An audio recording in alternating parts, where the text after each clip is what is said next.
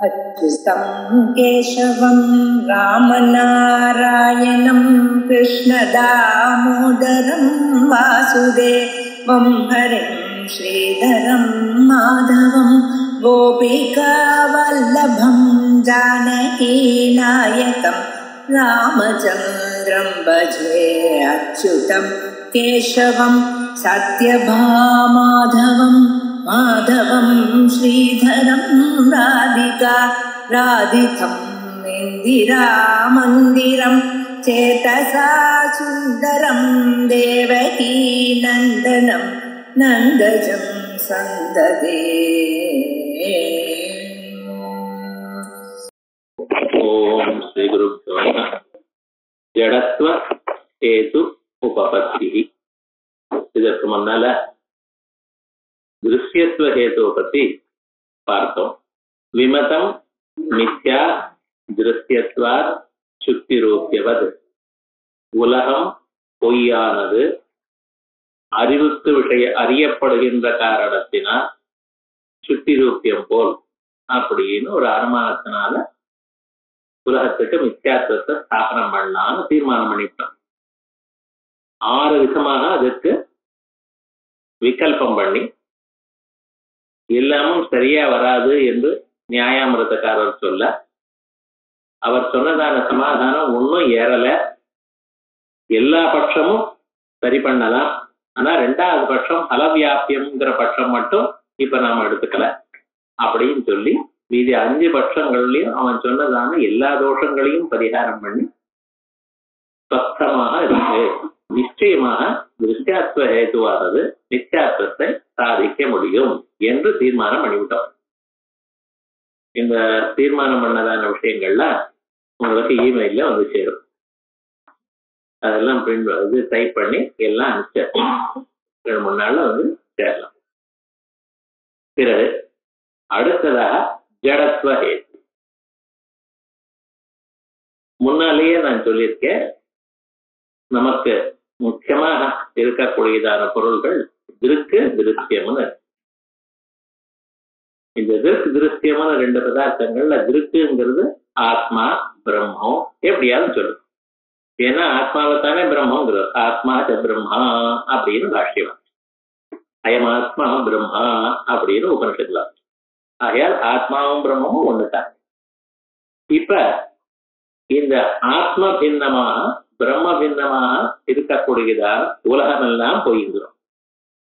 உலகம்னு நான் சொன்னா என்ன, தோணக்கூடியதான உலகம்னு அர்த்தம்.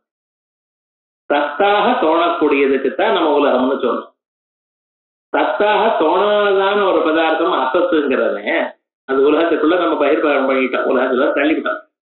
இப்ப நமக்கு இருக்கக்கூடியதான பதார்த்தம் என்ன, பிரம்மம்னு ஒண்ணு, உலகம்னு ஒண்ணு. இது உலகங்கள் எல்லாமே நமக்கு மித்யான்னு தீர்மானம் பண்ணிட்டு இருக்கும். அதுல சுத்தி ரூபியாதிகள்லாம் நமக்கு தெரிஞ்சிருக்கு, வேற விதமா தீர்மானம் பண்ணிட்டு. கடப்பட்டாதி பதார்த்தங்கள்லாம் சத்தியம்னு நமக்கு காணப்படுகிறது. அத மித்யான்னு நாம இப்ப எஸ்டாப்ளிஷ் பண்ண நிச்சயம் பண்ண. அதுல திருஷ்யத்துவங்கிற ஒரு ஹேத்து சொன்னேன். ஏன் பிரம்ம பின்னம்னு சொல்றது? பிரம்மங்கிறத வந்து நமக்கு உபனிஷத்துகள் லட்சணம் சொல்லியிருக்கு. எத்தது அத்ரேஸ்யம் அக்ராஹ்யம் அகோத்திரம் அப்படி. அத்ரேஸ்யம்னு சொன்னதுக்கு அது வைதிக பிரயோகம் அதிருஷ்யம்னு அர்த்தம். அது அதிருஷ்யமா இருக்கிறதுனால உலகம் எப்படி இருக்கணும், பிரம்ம பின்னமானது திருஷ்யமா இருக்கணும். இதுல இருந்து திருஷ்யத்துவங்கிற ஒரு ஹேத்து வச்சு சொன்னோம். அதே மாதிரியே பிரம்மத்துக்கு லட்சணம் சொல்லும் பொழுது சத்தியம் ஞானம் அனந்தம் பிரம்மா அப்படின்னு. பிரம்மத்துக்கு லட்சணம் என்ன, ஞானம். அப்ப பிரம்ம பின்னமான பிரபஞ்சம் என்னமா இருக்கணும், ஞான பின்னம். அதான் இந்த லட்சணம் எங்கிருந்து வந்தது, ஜடத்துவம்னு எப்படி சொல்றார் அப்படின்னு உபனிஷத்துல பிரம்மத்தை ஞானம்னு சொல்லிருக்கு. பிரம்ம பின்னமான பிரபஞ்சம் ஞான பின்னமா இருக்கணும். ஞான பின்னமானது ஜடம், ஆகையால் ஜடத்வா அப்படின்னு. இந்த ஜடத்துவங்கிற ஒரு ஹேத்துவை நாம் சொல்லும் பொழுது விமதம் மித்யா ஜடத்வா சுத்திரூபியத்தில் வச்சுங்களா, அது ஜடம் தானே. அந்த இடத்துல நமக்கு மித்யாத்துவம் சித்தமா இருக்கு. மித்யாத்துவம் எப்படி சித்தமா இருந்தது அப்படின்னா, அது சுத்தி ரூபியமானது. சச்சேன் நபாச்சேத அசச்சேத் ந பிரதீயேதா. சத்தா இருந்தால் பாதிக்கப்படப்படாது. நேடம் ரஜிதம்னு ஞானம் வந்தது, சுத்தி ரஜிதம் பறந்து போயிடுது. ஆகையால் அது பாதிக்கப்பட்டதுனால அது சத்து இல்லை. அது கண்ணுக்கு தோன்றதுன்னு உங்களுக்கு எப்படி தெரியும் அப்படின்னா, அவன் எடுக்க போறானோ இல்லையா, அவனுக்கு அதை எடுத்துக்கணும்னு ஒரு பிரவருத்தியாக நடக்கிறாரு. அப்ப அவனுக்கு தோணினா தான் எடுக்க போறான். பிரதீதி இருக்கும் இல்லையா? பிரதீதி இருந்தால் அதுக்கு நம்ம அசத்துன்னு சொல்ல முடியாது. சத்துவம் அல்ல, அசத்துவம் அல்ல. ஒரு பொருளே சதசத்தாக இருக்க முடியாது. அப்ப என்னவா இருக்கணும்? சதசத் மித்யாபூதம். இது மித்யாபூதம் சுத்தி ரஜதம்ங்கிறது நமக்கு தெரிஞ்ச பிறகு அதே மாதிரியே பிரபஞ்சமும் சுத்தி மித்யாபூதம். பிரபஞ்சம் மித்யாபூதம்னு சொல்றேன். இந்த பிரபஞ்சம் எதனால மித்யாபூதம் அப்படின்னா, ஜடத்துவம் இருக்கிறதுனால, ஜடமாக இருக்கிற காரணத்தினால. அது ஜடமா இருக்கிறதுனால அதுல ஜடத்துவங்கிற ஒரு ஹேது இருக்கு. இந்த ஜடத்துவங்கிற ஒரு ஹேதுனாலையும் உலகத்தை மித்தை என்று சொல்லலாம் அப்படின்னு நம்ம பூர்வாச்சாரியார் ஸ்தாபனம் பண்ணியிருக்கார். இந்த ஜடத்துவங்கிற ஹேதுவை நாம சொன்னதுமே அவனுக்கு பிடிக்கலையோன்னா, உலகம் சத்தியம்ங்கிறான். அவன் உலகம் சத்தியம்ங்கிறவன அவனை பார்த்து நீங்க உலகம் பொய்ன்னு சொன்னேன்னா அவனுக்கு கஷ்டமா இருக்கு. அவன் என்ன சொல்றான்? ஜடத்துவம்னு ஹேதுவாவது மித்யாத்வத்தை சாதிக்காது அப்படிங்க. ஏன் சாதிக்காது அப்படின்னு அவன் கேட்டா அவன் சொல்றான், ஜடத்துவம்னு நீங்க என்ன நினைச்சுட்டு இருக்க மனசுல? அஜ்ஞாத்திருத்வத்தை ஜடத்துவங்கிறா, அஜ்ஞானத்துவத்தை ஜடத்துவங்கிறா, அனாத்மத்துவத்தை ஜடத்துவங்கிறா. ஜடம்னு நீங்க சொல்றல, இதுக்கு என்ன சார் உங்க மனசுல அர்த்தம்? அஜ்ஞாத்திருத்வம், ஞாத்திரு பின்னத்துவம், அல்லது அஜ்ஞானத்துவம் ஞான பின்னத்துவம், இல்ல அனாத்மத்துவம் ஆத்ம பின்னத்துவம். இந்த மூணுல என்ன நினைக்கிறீங்க நீங்க? ஏதோ நினைக்கிறேன், உனக்கு என்ன போச்சு அப்படின்னு நீங்க கேட்டீங்கன்னா, ஐயா மூணுலயும் தப்பு இருக்கு. இந்த மூணாத்தான் நீங்க சொல்ல முடியும். ஜடம்ங்கிற ஒரு பதார்த்தத்துக்கு நீங்க என்ன சொல்லணும்? அஜ்ஞாத்திருத்துவமோ, ஞாத்திர பின்னத்துவமோ, ஞான பின்னத்துவமோ, ஆத்ம பின்னத்துவமோ, மூணு விதமா சொல்லலாம். இந்த மூணு விதமாக எதை சொன்னாலும் சரியா வரல, மித்யாத்வத்தை சாதிக்க. மித்யாத்வத்தை சாதிக்கலைன்னா ஜடத்துவங்கிற ஹேதுவான மித்யாத்வத்தை எப்படி சாதிக்கும்? ஆகையால் தாங்கள் சொல்றது சரியல்ல அப்படின்னு அவன் மேலோட சொல்லிட்டு இருக்க. ஏன் இப்படி சொல்றாய் அப்படின்னு கேட்டா அவன் சொல்றான், நீங்க விமதம் மித்யா ஜடத்வான்னு சொன்னாலும் விமதம் மித்யா ஞாத்ரு பின்னத்வா அப்படி. இந்த உலகமானது பொய்யானது, ஏன்? ஞாத்தாவை விட வேறானதாக இருப்பதனால்.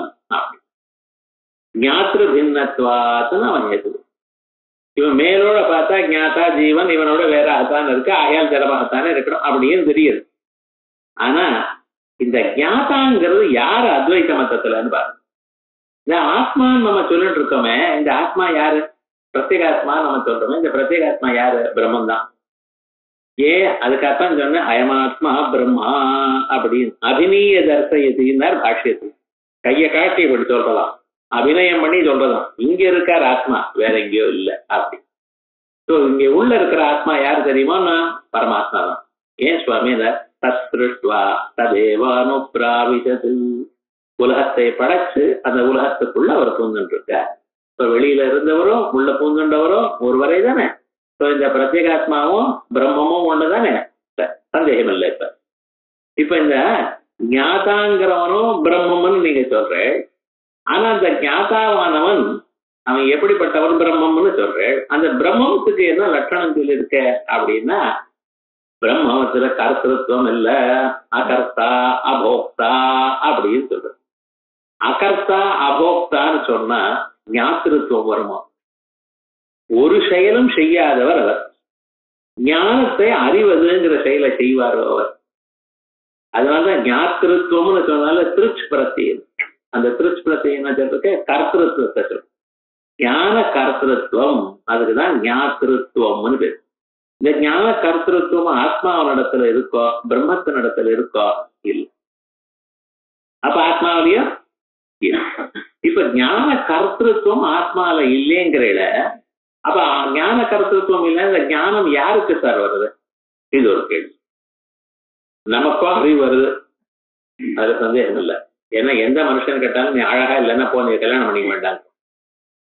உங்கள்கிட்ட காசு இல்லைன்னு சௌக்கியமா போச்சு, நீ கடன் கேட்க மாட்டேன் எழுதுறோம். ஆனா யாரையாவது கேட்டு நீ உனக்கு அறிவு இல்லைன்னு கேட்டு பாருங்க, முதல்ல அடிச்சு விடுவோம். ஏன்னா இவன் தானே அறிவுன்னு நினைச்சுட்டு இருக்கான். எந்த மனுஷனுக்கும் தன்னிடத்துல அந்த அறிவு இருக்குங்கிற நிச்சயமான புத்தி. அறிவு இல்லையா கோபம் வருது இல்லையோ. எனக்கு அறிவு இருக்குன்னு நாம எல்லோரும் நினைக்கிறோம். ஆனா வஸ்துதா நமக்கு அறிவு இல்லை. ஏன்னா அறிவு ரூபம் நம்ம. இப்ப அறிபவது யாரு? நிஜமாகவே நமக்கு அறிவே நம்ம ஸ்வரூபமா இருக்கு அப்படின்னா அறிந்து கொண்டே நாம் இருப்போம்னு சொன்னா தூக்கத்தில் நமக்கு அறிவு வரணும். தூக்கத்தில் நாம் இருக்கோமோ இல்லையா? அப்ப அறிவு வரணுமே. இப்ப அறிவு வரலன்னா என்ன அர்த்தம் தெரியுது? நம்ம பேசிக் குவாலிட்டி அதுக்குள்ள ஏதோ ஒண்ணு இருக்கு நம்மகிட்ட. நான் ஏதோ சுத்தமான ஒரு பிரம்மத்தை சொல்றேட, அதுல அறிவு இல்லை. அப்ப அறிபவது யார் நமக்குள்ள அப்படின்னா இந்த சிதச்சித் கிரந்தின்னு சொல்லுவோம், அல்லது அகம் பதார்த்தம்னு அகமர்த்தம்னு வச்சுக்கோ. இந்த அகமர்த்தம்னு ஒண்ணு இருக்கு. ஆத்மாவும் அனாத்மாவும் சேர்ந்ததான ஒரு முடிச்சு. அதை ஒவ்வொருத்தரும் ஒரு மாதிரி சொல்லுவா. சிதச்சித் கிரந்தின்னு சொல்வா, பிரம்ம கிரந்தி, விஷ்ணு கிரந்தி, ருத்ர கிரந்தி. இது ஒரு முடிச்சு. அது எந்த கிரந்தியா? அவித்யா கிரந்தி சொல்லுவான். ஆனா யாருன்னு அவரை தான் அறிகிறார். சுத்தமான ஆத்மா அறியல. அந்த சிதச்சித் கிரந்தின்னு ஒண்ணு அறியறதோ இல்லையா, அது எங்க இருக்கு சார் உங்க பட்சத்துல? அது ஆத்மாவுக்கு சேருமா அனாத்மாவுக்கு சேருமா? ஆத்மாவில நிச்சயமா சேராது. அப்ப யாரு? அனாத்மாவில நிச்சயம். அனாத்மானா உங்க பட்சம். பட்சம்னா வேற கோயிங் டு ப்ரூவ். எங்க மித்யாத்வத்தை சாதிக்கிறீடோ அந்த இடத்துல அது இருக்கு. அந்த அஜ்ஞாத்திருத்துவம்ங்கிறது நீங்க என்ன சொல்றீடோ அந்த லட்சணத்துல. ஆனா உங்க மதத்துல அந்த சிதச்சித் கிரந்திங்கிறதோ அதுதான் அகமர்த்தம்ங்கிறது. அது என்னாச்சு? பட்சத்துக்குள்ள இருக்கு. பட்சத்துக்குள்ள இருக்கிறதுனால விமதம் மித்யா ஞாத்ரு பின்னத்வா. அதான் இப்போ உங்க அனுமானம். ஜடத்வான்னு சொன்னா என்ன அர்த்தம்? ஞாத்ரு பின்னத்வா. உலகம் பொய், ஞாத்ரு பின்னமா அறிபவனோட வேறாக இருப்பதனால். சரி, ஆனா இந்த உலகத்துக்குள்ளே இந்த அறிபவன் அகமர்த்தம் இருக்கா இல்லையா? அது உலகத்துல தான் இருக்கு, ஆத்மாவிலையும் இருக்கு இல்லையா? அப்ப அந்த அகமர்த்தம்ங்கிறது உலகத்துல இருக்கும் பொழுது அதுல ஞாத்திர பின்னத்துவம் வரல. ஏன்? அதுக்கு அதானே அறிகிறது. அப்ப என்ன சுவாமி ஆயிடுதுன்னார், அது ஞாத்திர பின்னத்துவங்கிற ஒரு ஹேது நீங்க சொல்லக்கூடியதான ஹேது அதுல இல்லாததுனால, பட்சத்துல பட்சைக தேசத்துல ஹேது இல்லாததுனால பாகா சித்தி, ஒரு பாகத்தில் 100 இடங்கள்ல ஒரு இடத்துல வச்சுருவோம். அதுல அந்த பதார்த்தமானது சித்திக்கல, ஹேது சித்திக்கல. இந்த தோஷத்துக்கு என்ன பேரு? பாகா சித்திங்கிற ஒரு. அதனால ஞாத்திர பின்னத்துவம்ங்கிற ஒரு லட்சணம் சொல்ல முடியாது. இன்னொன்னு பாருங்க, சுத்தாத்மா இருக்காரு சைத்தன்யம். அந்த சைத்தன்யம் அறிகிறதோ? அறியப்படாது. சைத்தன்யம் என்னைக்கு எதையும் பண்ணப்படாது. பண்ணினா என்ன ஆகும்? அதுவும் அழிஞ்சு போயிடும். ஒரு வேலையும் செய்யப்படாது. எங்க ஆத்து மாமா மாதிரியும்பா ஒன்றும் பண்ண மாட்டார். கால பிறகு பேப்பர் படி அவர் காரியம் பண்ண மாதிரி வீட்டுக்கு ஹெல்ப் பண்றதே கிடையாது. பிரம்மம்னு அப்படித்தான். ஒன்றும் பண்ணாது. நல்லதும் பண்ணாது, கெட்டதும் பண்ணாது. அது வரைக்கும் தேவையில்லை. என்ன ஒன்றும் பண்ணாது. அது அசலஹா பாடும், அசலஹா அயம் சனாதனா, ஒரு செயலும் பண்ணாது. அப்படிப்பட்டதான அந்த ஆத்மாவில அது ஒரு செயலும் பண்ணலைன்னு அதுக்கு அறியுமா? அதுவும் அறியறதும் ஒரு செயல் தானே. அந்த அறியறதுக்கு தானே இந்த மழையிலையும் ஞாயிற்றுக்கிழமையும் வந்திருக்கும். அப்படியாவது அறிவு வருமான்ட்டு. ஆனா நிச்சயமா இன்னைக்கு வந்த வாழ்க்கெல்லாம் பகவத் அனுகிரகம் உண்டு, ஸ்பெஷல் அனுகிரகம். ஏன்னா இவ்வளவு கட்டத்திலையும் வந்திருக்கோம் பாருங்க. சாதாரணமாக அப்படி இல்லாம இவ்வளவு கட்டத்திலே நம்ம அறிந்துக்கணும்னு ஒரு அவா இருக்கு. இது ஜன்மாந்தரமான பாக்கியம்தான். ஏன்னா ஈஸ்வர அனுகிரகாதேவ அவள ஜனங்களுக்கு அந்த அத்வைத வாசனா, சித்தி வாசனை, அத்வைத சித்தி வாசனை. அத்வைத வாசனையே எப்படி இருந்ததுன்னா வாசனை பாக்கியத்துக்குலாம் வரல, சித்தி வாசனை இது வரணும்னா அதான் இல்லைன்னு வர. அவ்வளவு விசேஷம். அப்படிப்பட்டதா அந்த சுத்தாத்மா இருக்கே அது சத்தியம். ஆனா அந்த சத்தியமான மிச்சை இல்லாதான சுத்தாத்மாவிலையும் உங்க ஹேது அங்க இருக்கு. என்ன ஞாத்திரு பின்னத்துவம் அப்படிங்கிற ஹேது. அதுவும் அறியலையோன்னா ஞாதா இல்லையோன்னு சுத்தாத்மா. ஸோ மித்யாத்வம் இல்லாததான சுத்த பிரம்மத்துல இது ஹேது போனா அப்ப என்ன தோஷம்? விசாரம். எப்படி சார் இந்த பட்சத்தை எடுத்துருக்கிறேன்? நீங்க என்னமோ சொல்றீங்களா ஜடத்துவம் ஜடத்துவங்கிறேன். அந்த ஜடத்துவமானது ஜடத்துவ ஹேதுவானது அஜாத்திருத்துவம்னு தாங்கள் சொன்னீழையானால் எப்படித்தான் சொல்றேன்னு புரியலையே. ஒண்ணு அது அகமர்த்தமா அப்படின்னு கேட்டேன்னா அந்த அகமர்த்தத்துல ஞாத்திர பின்னத்துவம் இல்லாதனாலையும் அது பட்சத்துல இருக்கிறதுனாலையும் ஆகாசித்தின்னு ஒரு தோஷம். சுத்தாத்மாவில அது ஞாத்திர பின்னத்துவம் இருக்கு, அது ஞாத்தா இல்ல, ஆனா அது சத்தியமா தான் இருக்கு, மித்யாபூதமா இல்லையே. அப்ப அது என்னாச்சு? விபச்சார தோஷம் வருது. ஆகையால் இந்த அஜ்ஞாத்திருத்துவம் ஞாத்திர பின்னத்துவம்னு சொன்னா முதல் பட்சம் சரியா, இந்த பட்சம் தான் சரியா இல்ல. ஒருவேளை நீங்க அஜ்ஞானத்துவம்னு எடுத்துக்கிறீடா. ஏன்னா ஞானம் பிரம்மா, சத்தியம் ஞானம் அனந்தம் பிரம்மா, திருக்குறள் ஞானம் பிரம்மா. அந்த ஞானம்னா ஞப்தின்னு அர்த்தம். நம்ம ஞானத்தை வேதாந்தத்துல ஞானம்னா நீங்க என்ன சொல்லணும்? சாதாரணமான ஞானம்னு சொன்னா விருத்தி ஞானத்தான் ஞானம் சொல்லணும். விருத்தோ ஞானத்துவ உபசாரா, அந்த கரண விருத்தியில ஞானத்துவமா ஔபச்சாரிகமாக சொல்லிட்டு இருக்கோம். ஆனா இங்க ஞானம்னு சொன்னா ஞப்தி சுத்தம். அஜானத்துவம்னு சொல்றா, ஞான பின்னத்துவம்னு சொல்றா, அதை எடுத்துக்கிறா அப்படின்னு சொன்னா நீங்க அத்வைத மதத்துல ஞானம்னு எதை சொல்லிட்டு இருக்க? விருத்தி உபரக்த சைத்தன்யம், விருத்தியுடன் கூடினதான சைத்தன்யம். மனோச்சுன்ன சைத்தன்யத்துக்கு தான் ஜானாத்தியர்த்தம்னு சொல்ல போறேன். இந்த மாதிரி அந்த பரிபாஷையை கொஞ்சம் கொஞ்சம் சேர்க்கணும். என்னைக்காவது நீங்க பிரம்மானந்தீத்தை வாசிக்க ஆரம்பிச்சிடலாம். மனோச்சுன்ன சைத்தன்யம் ஜானாத்தியர்த்தம்னா, ஜானாத்தியர்த்தம்னா ஞானம்னு அர்த்தம். இக்ஸ்திபோ தாத்து நிர்தேசேன ஜானாதி அப்படின்னு சொன்னா ஞாதாத்துன்னு அர்த்தம்.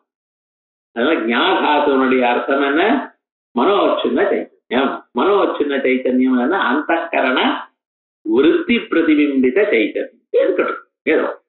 இப்ப நம்ம ஞானம்னு சொன்னா எதுக்கு சொல்ல போறோம்? விருத்தியோட கூடினதான விருத்தியில பிரதிபலித்த சைத்தன்யத்துக்கு தான் ஞானம்னு பேர்.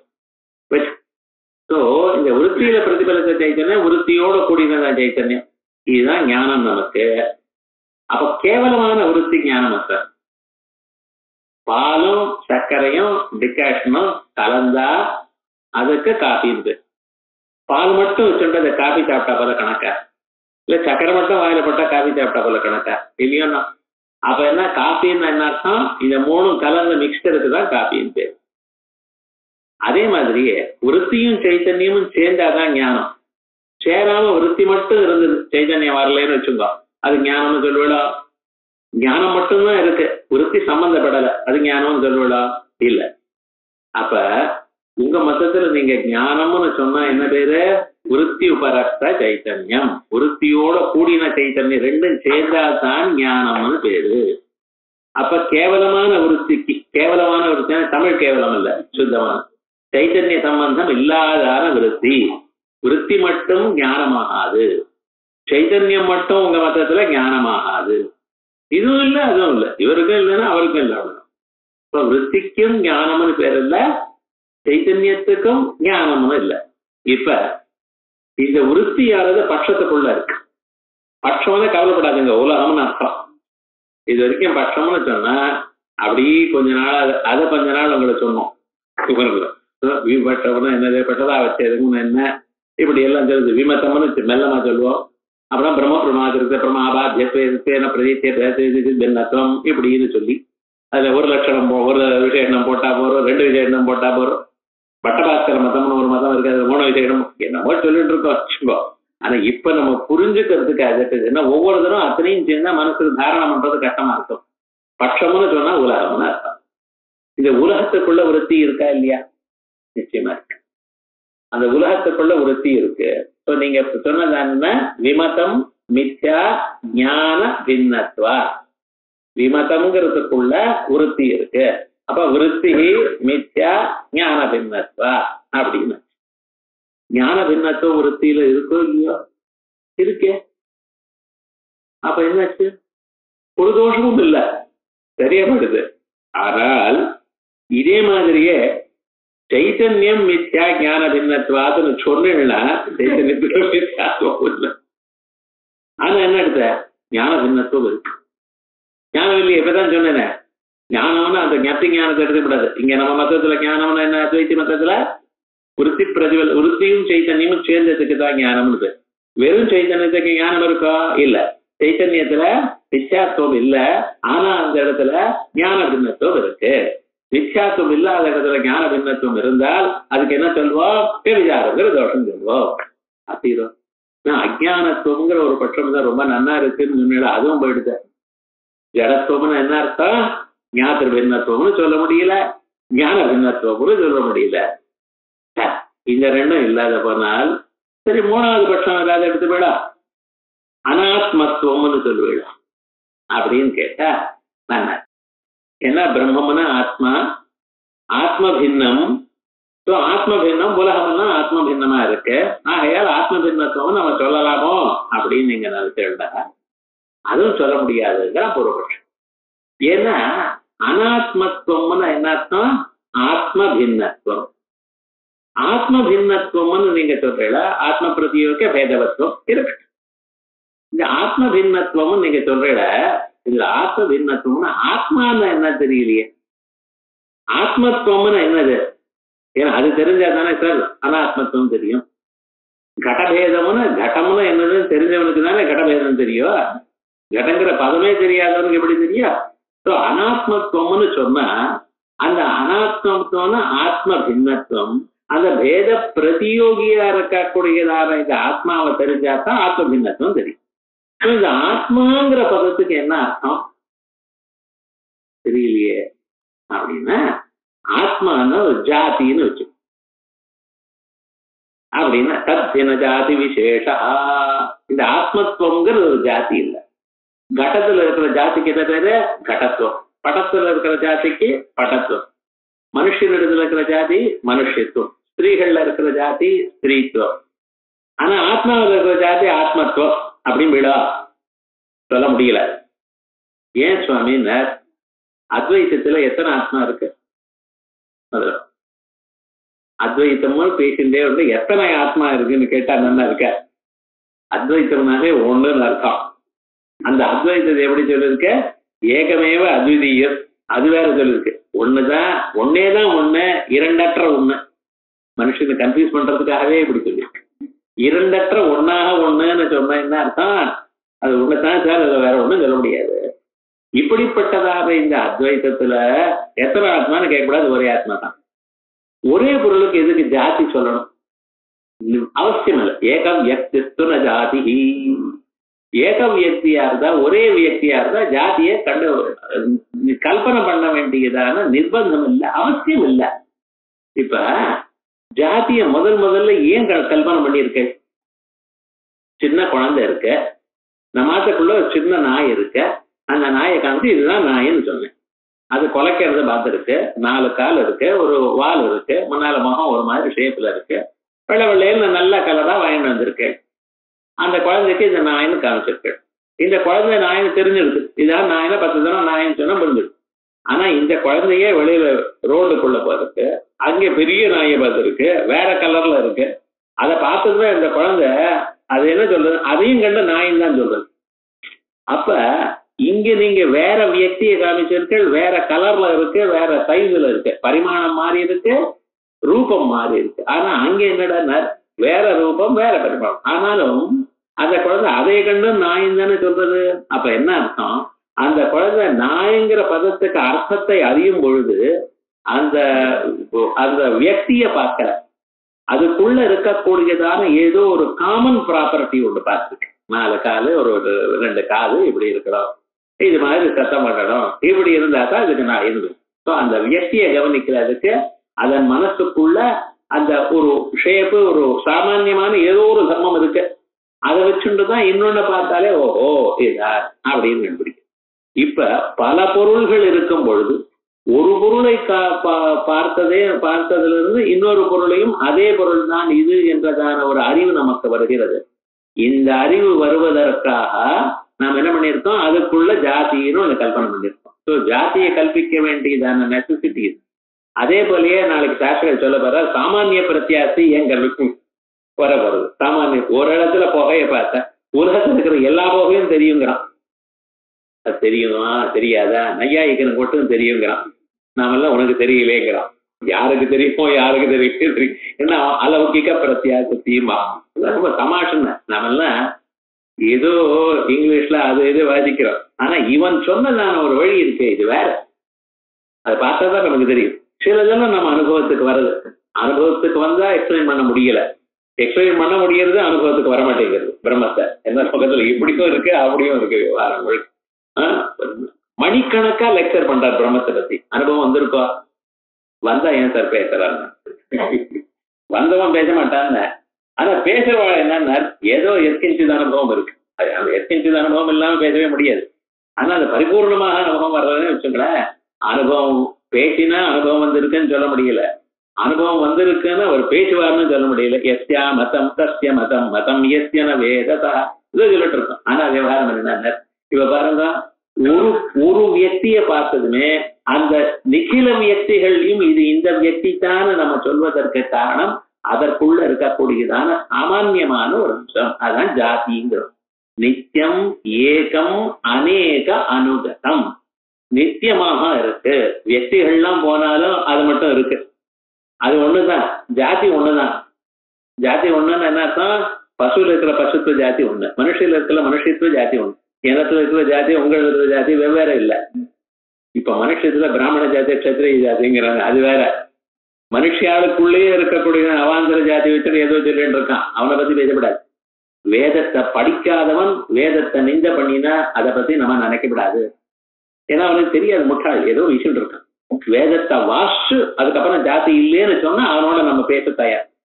வேதத்தையே வாசிக்க வேதத்துல சொல்லலைன்னா அவனை பேசாதீங்க. அவனை பத்தி நமக்கு உபேட்சணியா நம்ம நினைக்கப்படாது. நம்ம மத்தம் வேணும், நம்ம அபிப்பிராயம் வேணும், அவன் அபிப்பிராயம் வேணும். இப்ப இங்க சொல்லக்கூடியதான் ஜாதி என்ன? நித்தியம் ஏகம் அநேக அனுகதம். நித்தியமாக உள்ளது. வியக்தி போனால் அதனால ஜாதிக்கு ஒண்ணு ஆகல, ஒரே ஜாதியாகத்தான் இருக்கு எல்லாத்தையும். அநேக அனுகதம், அநேக வியக்திகள்ல சம்பந்தப்பட்டிருக்கு. அந்த வியக்திகளோட என்ன சம்பந்தத்துல ஜாதி இருக்கு? சமவாய சம்பந்தத்துல இருக்கு. ஜாதி வியக்திகளுக்கு என்ன சம்பந்தம்? சமவாய சம்பந்தம். விட்டு பிரிக்க முடியாதான ஒரு சம்பந்தம்னு வச்சுப்போம். ஆயால் இந்த ஜாதிய கல்பனை பண்ண வேண்டியதற்காக இந்த நெசசிட்டி இருக்கு. ஒரே வியக்தியா இருந்தா ஜாதி வேணுமோ? அந்த வியக்தியை தெரிஞ்சுன்னா ஆயிடுது. இன்னொரு வியக்தியை தெரிஞ்சுக்கிறதுக்கு தான் ஜாதி வேணும். ஜாதியானது ஏகம் ஏகம் வியக்திஸ்துன ஜாதி. நையாய்க்கு சொன்னதுக்கு உபபத்தி. இப்ப சூரியத்துவ ஜாதி ஒத்துக்கிறடா? ஏன் சார் ஒத்துக்கூடாதுன்னு இருக்கிறதே ஒருத்தர் தான். ஒரு சூரியன் இருந்தாலே போதும். அதுக்கு மேல சூரியன் இருந்தா நம்மளால தாங்க முடியாது. ஒரே சூரியன் தான் இருக்க போதும். சூரியன் ஒருவர் தான். ஆகையால் சூரிய வியக்தியை ஜாதி பண்றது. நிருசிம்மத்துவ ஜாதி வேணுமான்னு கல்பபேதேன வெவ்வேறுட்டான். நிருசிம்மத்துவ ஜாதியும் ஒத்துக்க வேண்டியது. அபத்தம் குச்சோத்தியம் கிருத்துவ அபத்தம் பண்றது தப்பு. அதுக்கு மேல ஒரு உற்பத்தி சொல்லணும். நிருசிம்மத்துவ ஜாதி ஒத்துக்கணுமா? ஒத்துக்கணும்னா எப்படி இருக்குது? ஒரே ஒரு நிருசிம்மன் தானே இருக்கார். ஒவ்வொரு கல்பத்துல ஒரு நிருசிம்மன் தான் சொல்லிட்டான். நையாய்க்கன்னு எப்படியும் பேசுவான். அதை பத்தி நம்ம ஒன்றும் கேள்விப்படாது. இப்ப இந்த ஏக வியக்தியா உங்க ஆத்மா இருக்கிறதுனால ஆத்மத்துவம் ஜாதி இருக்க. சரி, ஆத்மத்துவம் ஜாதி இல்லைன்னா ஆத்ம பின்னத்துவம் எப்படி தெரியும் உங்களுக்கு? சரி, ஆத்மத்துவம்னு ஜாதி இல்லைங்கிறல அது போட்டோம். ஜீவர்கள்லாம் சொல்றல, விசிஷ்டாத்மாக்கள்லாம் சொல்றல, தனித்தனியதான் தோன்றதுன்னு இல்ல. விசிஷ்டாத்மாக்கள்ல நீங்க என்ன சொல்றீங்களோ அவள்லாம் பட்சத்துக்குள்ளேயே இருந்துட்டு. நான் பாமதிக்கார மதம் சொல்லப்பவே சொல்லிவிட்டேன். உபஹிதமான பதார்த்தம் எது? உபாதியோடு கூடின பதார்த்தங்கள்லாம் மித்யாபூதம். ஒன்னும் கவலையே விடப்படாது. நம்ம உபாதியோட சேர்ந்து இருக்கு, அதோட சம்பந்தப்பட்டிருக்குன்னா உபாதி தோஷங்கள். உபாதினால என்ன அர்த்தம்?